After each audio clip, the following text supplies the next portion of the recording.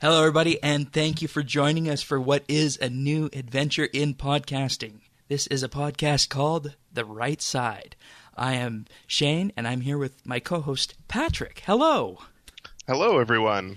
This is Pleasure to be here, and thank you for joining us. This is something new that is really just about to burst open and kind of shock the podcasting landscape, I think, based on what modern media is doing, what the modern news world is doing as well, and kind of an alternate perspective on news for Western Canada and Canada in general. I think that would be a good way of describing us, wouldn't you say?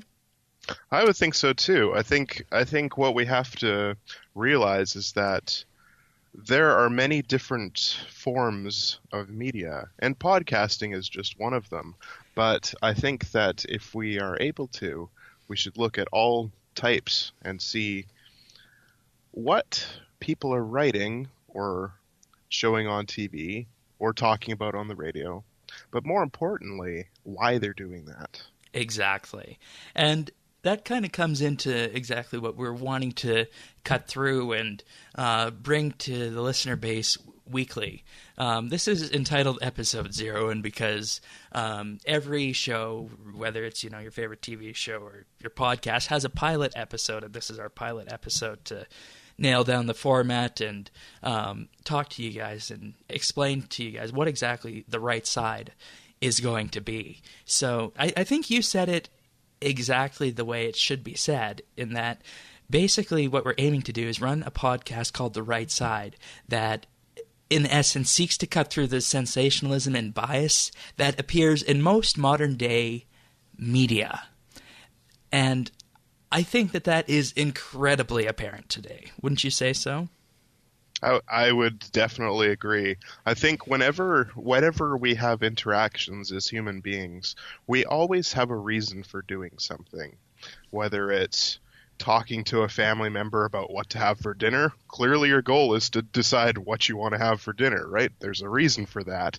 If you're going out and talking to your friends about the latest news, clearly your goal is to, talk to them, chat, catch up, but also to find out information about, what they feel about the current news and of the day. And I think media definitely does that as well. They always have a reason for portraying events the way they do. And I think what we have to find out is why they're doing that and how it affects people. Exactly. And the narrative that you hear in a day-to-day media broadcast, whether it be from the CBC, Canada's funded broadcaster, or the Rebel, which is on the right side of the spectrum, they all have their own way of presenting the stories and their own narrative that's essentially getting through. And in the middle somewhere, in between, there is some delicate balance that ultimately shows the true story of the events that are unfolding in the stories that are being covered. And I think that's what we want to aim to get towards.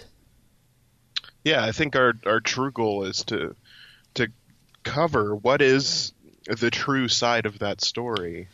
Otherwise, what is the right side? Right side. Yes. And the right side for you, the listener. Yes, and the side that might get lost because a news organization's bias or to be overshadowed by sensationalism in the media. And what they're trying to do is sell a story, whereas we're trying to give you what actually the story is to begin with. Exactly, and we're able to do that because podcasts. When was the last time you heard of a podcast not funded by a major media venture that made money? Anyways. Yeah. This means, of course, that we need to focus on all areas of the news spectrum, whether it be, as I said, from the CBC or the Rebel. And that's because today it's just too simple to ignore a story because it doesn't conform to a person's worldview, or it just comes from a source that we dislike. And with, RSS readers to read news the old-fashioned way, or a social feed, you can have a feed of news, but it really is just tailored towards your own social bubble. And because of that, so many people learn to accept this over time. And there's a whole side that's missed out on just because it doesn't conform to our worldview or the sources that we like to subscribe to. So there's lots of stories out there, and the ultimate goal is to just cover the right side of the story that gets lost in this narrative from whatever source it might be. And that is the essence of what the right side is going to be. So... yeah, and there's many different types of media sources out there. There's newspapers, either local or national.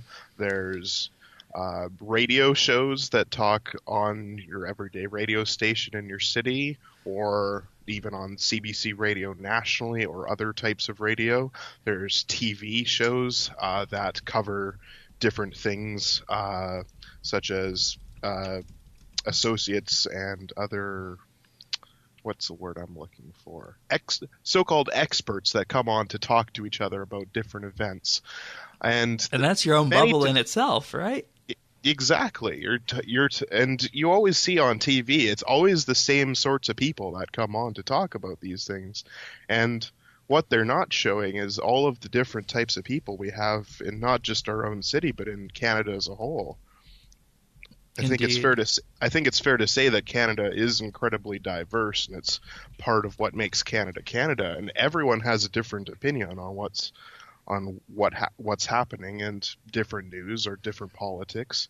And I think it's fair to acknowledge that everyone will have a different opinion, and the media, for whatever reason they have, seems to be pushing a generic, one-sided conversation that we need to be aware of. And in some ways, that is precisely what led to so many people being surprised with the election of President Trump. Mm-hmm. Exactly. In fact, you saw various types of media, including mainstream media, late-night comedies, that sort of thing, just saying, oh, ha, ha, ha, he'll never become president. Well, guess what? He's president. And a lot of people saw lots of different surprises in politics. When you have democracies that give power to the people, they will often surprise you. And that's the beauty of it. And that takes us to the other one other area that the right side will focus on, and that means showing the right side of unfortunate decisions, or perhaps fortunate decisions that have been taken that may not be seen in day-to-day media. And yes, that means decisions made by governments, local, council governments, federal, and of course provincial if you are in Canada. So what we want to do with this is take the information and then provide a context for you, the listener, to find yourself on the right side of the news, whether it be, about a story, about light bulbs, or maybe what are the current ramifications of President Trump to Canada. That is the kind of thing that the right side will ultimately end up talking about. And when it comes down to it, if need be, we will ultimately focus, of course, on the areas of power that make these decisions. So, as much as this is a show about cutting through the media sensationalism, we will, of course, also be offering opinions and whatnot on the decisions taken and how those are being covered in the media as well. So that's some of what you can expect from the right side. I don't know. I think that explains this podcast quite well. Do you have anything that you'd like to add before we talk a bit about our areas of coverage? I think that's a good summing up of what we are and what we aim to be. All right. Well, as I said in the show open, we are essentially based in Western Canada, so that's going to be a large portion of our coverage. You're from British Columbia, I'm from Alberta, so BC and Alberta will be huge focal points for us, but of course we will also focus on Canada, because what happens in Canada and Ottawa and everywhere else in between does have a role or an impact on those in BC and Alberta. So exactly, because like it or not, the population base in Canada is more increasingly based in the West, but the majority is still based in what is known as Central Canada, otherwise known as Ontario and Quebec. So it'd be very remiss of us to ignore that. Indeed. So what do you have in store for what angle do you want to cover BC from for the next year or so? I think for BC, we live in a very interesting time, because In just a few months here in May, we're going to have another provincial election that will decide the course of the province for years to come. What we have right now is a liberal government that's not really a true liberal government as we know it in Canada, but more of an amalgamation of liberal and conservative ideas. Right, and for those not in BC, that's because you guys effectively don't have a conservative or a right-leaning free enterprise party out there. It's just the Liberals and the NDP, effectively. And one could argue that the Liberals are the right-leaning free enterprise party because they are made up of former Social Credit Party members, which were the old, let's call them Progressive Conservative Party in BC. Now, the Liberals have been in power for about 16 years now, since they won in a super surprising landslide in 2001, taking 77 out of 79 seats. And they've been in since then, largely with majority governments all of the way, because the only opposition to them is the NDP. So in BC, we have an incredibly polarized support politically with the NDP party and you could call it the not NDP party, which would be the Liberals in this case.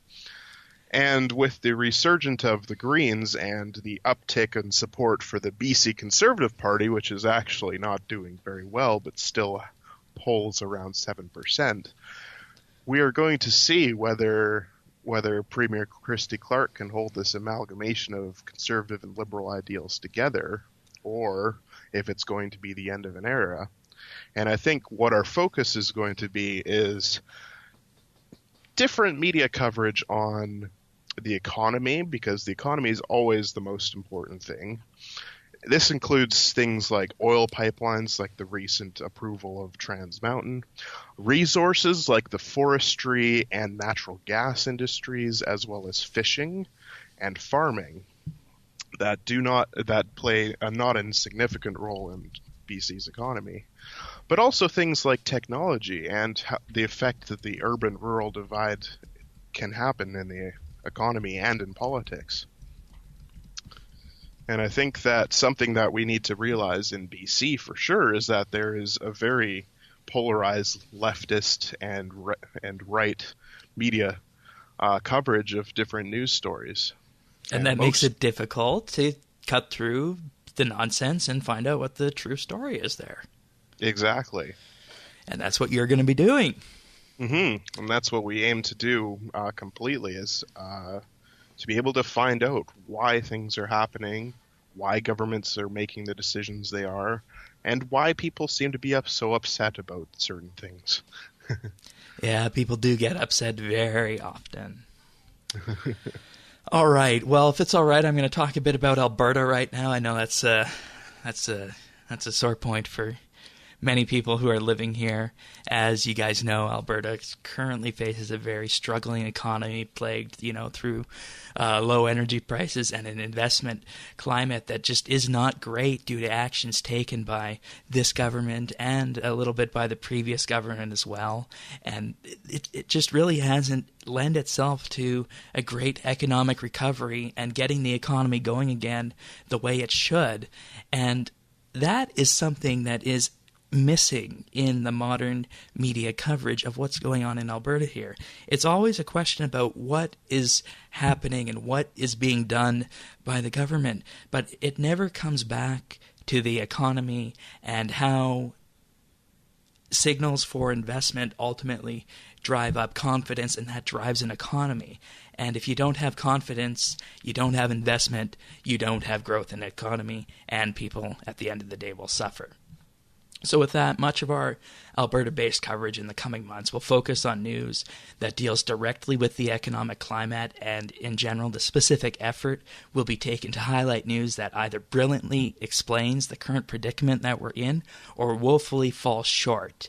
And with that, as discussed on the right side, we're going to be providing the context so that you, the listener, can find yourself on the right side of the discussion of all the news that's happening in Alberta, whether it come down to carbon tax or rebate debates, or maybe even, something good that's happening up in the energy industry that isn't necessarily being highlighted, but is doing a great job to show that there is a little bit of positive news happening up there, maybe some growth, even if it's not where we would like it to be.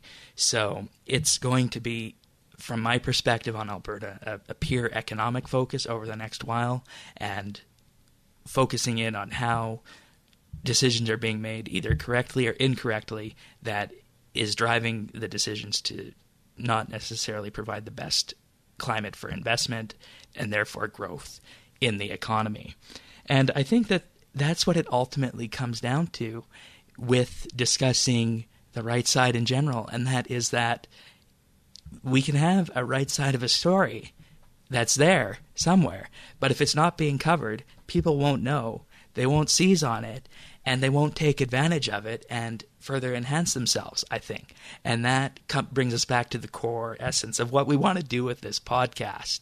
So I hope that listeners of this new podcast, whether you're in Alberta or BC or somewhere else in Canada, or maybe even somewhere else in the world, will realize that what's happening here, while important, should not be overshadowing core decision-making that's happening elsewhere in Canada or Ontario. Because, like it or not, what happens in Western Canada does have an impact on the East, just as what happens there does have an impact over here. So it's going to be a huge mishmash of news from both sides that's going to be covering what is, in essence, the right side of the story.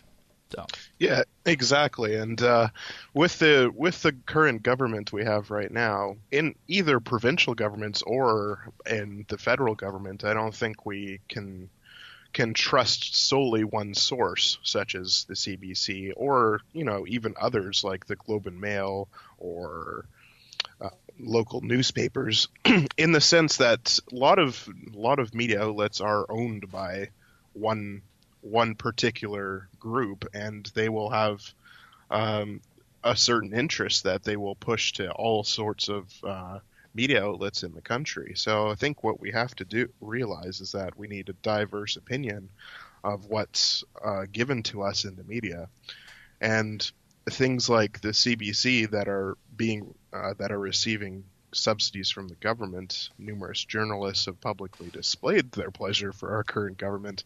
I think we have to know that there's always a different side, and there's always a right side to these sorts of things.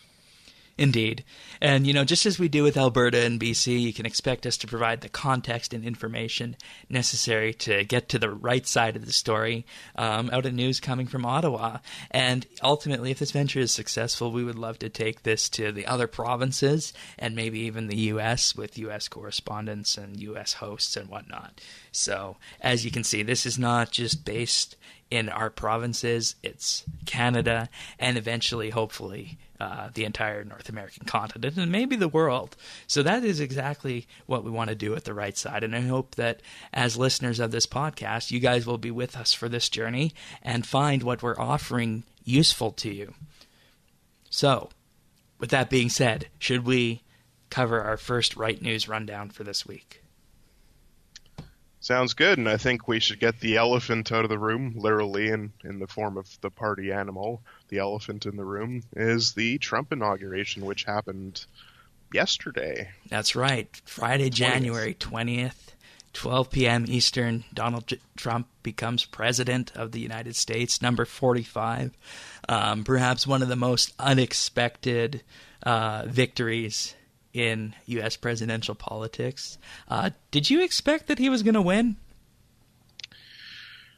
I think I was probably a bit more moderate in my opinion in thinking that he had a chance. A lot of people just thought, they laughed him off and said, there's no way this guy's going to become president. Look at what he's done. Look at all this stuff he's done in the past, and with The Apprentice, he's just a reality TV show host. He can't become president.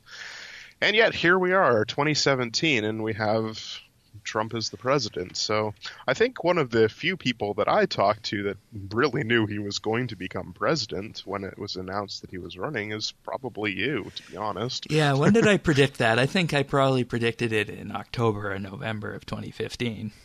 Yeah, very early on. So, and I dealt with my fair share of people who said, "Oh no, that's not going to happen." And even as election day drew close, there were still detractors on that. But so, I mean, it wasn't expected from some people. I expected it, but that's of course not what we're here to talk about. If this was the right side in November, we would be talking about predictions. But I think the question that we want to answer ultimately in our first episode 0 of the show, is what is the meaning of a Trump presidency to Canada, and in specifically Alberta and BC? So, do you have any ideas for BC? Well, I think the overall arch of what I've been getting from the Trump administration so far is that he wants to put America first. He said this right from the start, that he wants to make America great again. Build a wall, Mexico will pay for it, that sort of thing, right? He wants to restructure NATO so that the U.S. isn't covering the burden of the costs. So I think when it comes to Canada, I think that our diplomats and our government is going to have to be very careful in how they approach Trump and how they deal with him, because he is going to be very much pro-America, which means that for Canada to get its fair share, we're going to have to deal very fairly with Trump, but also recognize that the U.S. is Canada's biggest trading partner, and that the U.S. can live without Canada, but Canada cannot live without the U.S. when it comes to trade. Yeah, I forget the exact number, but I know it's north of $50 billion a year, maybe perhaps even more than that, of trade that Canada does with the U.S. So it is a trading partner that definitely does need to be tenderly cared for, the trading relationship that is. So, and that leads into my point, though, that I would like to make about this for Canada in general, and that is that everyone saw the U.S. election cycle, how Trump was constantly underestimated. Nobody knew what his next move was going to be, and when he made those moves, they thought it was absolutely absurd, right? Mm-hmm. Well, yeah, I think it was Jeb Bush who famously said that, Mr. Trump, you can't insult your way to the presidency. Well, once again, here we are. Indeed. And the point that I would like to make is that, yes, we have our own interests, and the U.S. can have their interests, but we need someone in either the international trade portfolio or perhaps foreign affairs that can see where the Trump administration is going and be one step ahead of them and negotiate with them in a way that is fair and equitable to both countries to ensure that we don't end up getting strong-armed by the new administration. And I think that is going to be the number one issue for the federal government in Canada to deal with. And after all, Canada and the U.S. have had a very strong alliance over the past quite a few years. Right. And for us to stand together provides a strong block against those who would be against our common interests of, free enterprise, democracy, all those other sorts of values that we as Canadians and ultimately as North Americans wish to espouse. And if we cannot do that, it just weakens our ideals further. Right. And I mean, if that does happen, we'll start to fall behind in areas like trade, and of course that will reverberate to industries in Ontario as well, the auto industry, Alberta, BC, with the BC softwood lumber thing, for example. That is going to be an issue going forward, and that will ultimately hurt the Canadian economy and the Canadian dollar. So that is why we need to be on our toes when it comes to this. Mm-hmm, exactly. And what we need to find out is if our government is truly willing to go into the trenches and do the dirty things that you need to do to make sure that Canada's interests are put first for Canada. Indeed. From the Alberta perspective, personally, I am expecting that Trump will approve the Keystone Pipeline. I know that's a big thing and was a big thing in the Obama administration that didn't get approved, and that would greatly help with oil exports from Alberta. And same thing on negotiations like that. Our provincial government is definitely going to need to stand up and make sure we're getting our fair side of the deal, and that they want to actually go along with this, because right now it seems to be a bit of a question mark if the NDP government in Alberta wants the Keystone Pipeline approved. So that's going to be something very interesting to watch. And other pipelines as well, such as the ones currently proposed to go through BC, such as Trans Mountain, that would come down the Coquihalla, down all the way through to Burnaby. And we're going to look at different areas of BC and see what people are thinking about it. I know that the reaction of people along the coast has been very, very negative, whereas people in other parts of BC are thinking, yeah, this is a good thing. This will bring jobs to our province. This will boost our economy and provide diversification to it as well. And so we're going to sift through that and see what is really good for the province and what should we be doing as we go forward. Right. So before we wrap up, do you have anything that you are expecting from the BC side of the equation in regards to the new Trump administration, or is it too early to tell? I think it is kind of too early to tell. I think when it comes to Christy Clark, I think she's someone who can work with Trump's administration and to work with the Trudeau government to make sure that BC's interests are fairly in place. For instance, with the carbon tax, she was one of the holdouts and was able to negotiate something more fair for BC, because BC, of course, has had the carbon tax for quite a while. So if she wasn't going to get her way, she was going to hold out on that. And one of the few premiers that actually was able to do that. So I think when it comes to negotiation, I think with BC's economy moving forward, I think she's actually done a pretty good job with negotiation. Now, whether she will be able to do that with Trump is another thing altogether. We'll see if she even ends up, talking to the Trump administration. Yeah, very early days on that regard. Yeah, very because really it's up to the federal government to do most of the negotiation. That's right. With foreign powers. Exactly right. All right, well, there's the Right News Rundown for Saturday, January 21st, 2017. I believe that's all we have for this episode of the podcast. We just wanted to introduce ourselves and give a bit of a sampling of how things are going to go. Do you have anything else before we take off for this week? No, I think that fairly sums up everything, and we hope to see you here again next week for sure. All right. Well, then, thank you, everyone who is listening, for sharing your time with us. If you have questions or comments about this episode, feel free to dump them in the comments down below, and we'll see you next week. See you.